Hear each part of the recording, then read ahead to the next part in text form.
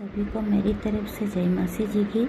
परमेश्वर का वचन कहता है, नीति वचन 4 का बुद्धि की लाभ है। मेरे पुत्र, पिता की शिक्षा सुनो और समझो, प्राप्त करने में मन लगाओ, क्योंकि मैंने तुमको उत्तम शिक्षा दी है। मेरे शिक्षा को ना छोड़ो। देखो, मैं भी अपने पिता का पुत्र था और माता का अकेला दुलारा था, और मेरा पिता मुझे ये कहकर सिखाता था, तेरा मन मेरे वचन पर लगा रहे, तू मेरे आज्ञा का पालन कर, तब जीवित रहेगा। बुद्धि के प्राप्त कर, समझ के भी प्राप्त कर, उनको भूल न जाना, ना मेरे बातें को छोड़ना। बुद्धि को ना छोड़, वो तेरे रक्षा करेगी। उससे प्रीति रख, वो तेरा पहरा देगी। बुद्धि श्रेष्ठ है, इसीलिए उसकी प्राप्त के लिए धन्य कर। जो कुछ तू प्राप्त करे उसे प्राप्त तो करे, परंतु समझ की प्रतिज्ञायंत घटने ना पाए।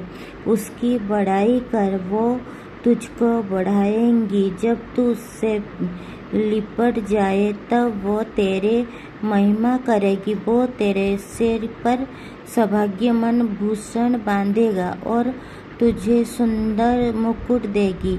हे मेरे पुत्र, मेरे बातें सुनकर ग्रहण कर, तब तू बहुत वर्ष तक जीवित रहेगी। मैंने तुझे बुद्धि का मार्ग बताया है और सिद्धाई के पथ पर चलाया है।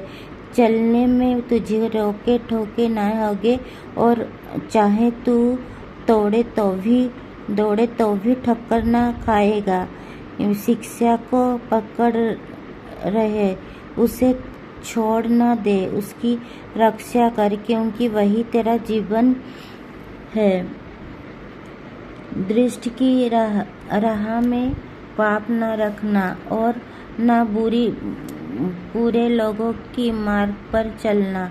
उसे छोड़ दे, उसकी पास से भी न चल, उसकी निकट से मुड़कर आगे बढ़ जा, क्योंकि दुष्ट लोग यदि बुराई न करे तो उनको नींद नहीं आती, और जब तक वो किसी को ठोकर न खिलाए, वो तो देशत से कमाई हुई रोटी खाए और उपद्रव के द्वारा पाया हुआ दाखमधु पीते हैं।